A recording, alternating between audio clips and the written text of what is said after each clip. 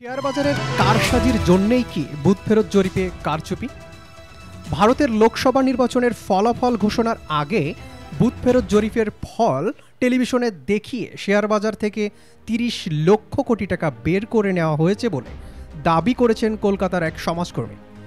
কলকাতার পুলিশের দায়ের করা অভিযোগে এই সমাজকর্মী বিশ্বনাথ গোস্বামী বলেছেন, বুথ ফেরত জরিপের মাধ্যমে এটা প্রমাণ করার চেষ্টা করা হয়েছিল যে বিজেপি নির্বাচনে জিতবে। এই তথ্য বিভিন্ন টেলিভিশন চ্যানেলের মাধ্যমে সম্প্রচার করা হয়, যা বাজারকে প্রভাবিত করে এবং দ্রুত বাজারের উত্থান হয়। এরপর বাজারে দ্রুত পতন হলে ৩০ লক্ষ কোটি টাকা হাওয়ায় মিলিয়ে যায়।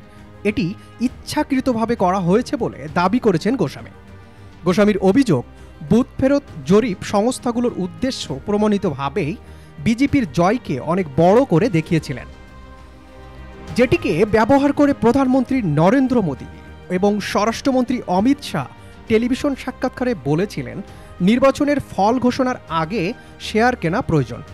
গোস্বামী আরও অভিযোগ করেন, অমিত শাহ এবং নরেন্দ্র মোদীর দেখানো এই লোভের কারণে শেয়ার বাজারের মূল্য বাড়তে শুরু করে এবং তারপর যারা বিপুল পরিমাণের পতন হয়। আগে কিনে পরে বেচার জন্যে যারা কিনে রেখেছিলেন তাদের এই পতন থেকে লাভবান হয়েছিল। এটা প্রধানমন্ত্রী এবং স্বরাষ্ট্রমন্ত্রী প্রত্যক্ষ ভূমিকা ছাড়া সম্ভব ছিল না। গোস্বামী বলেন, যেহেতু এটিকে অপরাধমূলক ষড়যন্ত্রের বিষয় রয়েছে এবং বুথ ফেরত জরিপের মাধ্যমে শেয়ার বাজারকে প্রভাবিত করার ইচ্ছাকৃত চেষ্টা রয়েছে, তাই এই মামলা করা হয়েছে।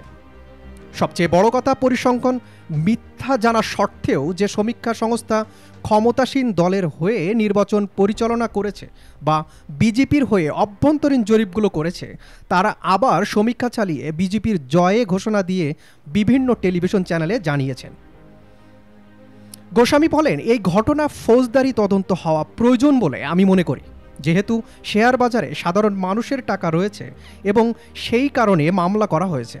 তিনি মনে করেছিলেন কোনো সমীক্ষা সংস্থা কতগুলো নমুনার উপর সমীক্ষা চালিয়েছে বা কি পদ্ধতিতে সমীক্ষা হয়েছে, এসব তথ্য প্রকাশ্যে আসা প্রয়োজন।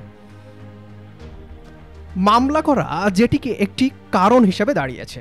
ভারতের গণমাধ্যমে খবর বের হয়েছিল, ভারতের অন্যতম প্রধান মিডিয়া গোষ্ঠী ইন্ডিয়ান টুডে এবং অ্যাক্সিস মাই ইন্ডিয়া এই সমীক্ষা প্রকাশ করা হয়েছিল, যেখানে পশ্চিমবঙ্গের বিজেপিকে ৩১ আসন দেওয়া হয়েছিল। গোস্বামী মনে করেন এটি একটি বড় ধরনের কারচুপি, কারণ অ্যাক্সিস মাই ইন্ডিয়া এই নির্বাচনের বিজেপির সঙ্গে চুক্তিবদ্ধ হয়ে তাদের হয়ে নির্বাচনের সমীক্ষায় কাজ করে। Ahiduzzaman, search TV news, international desk.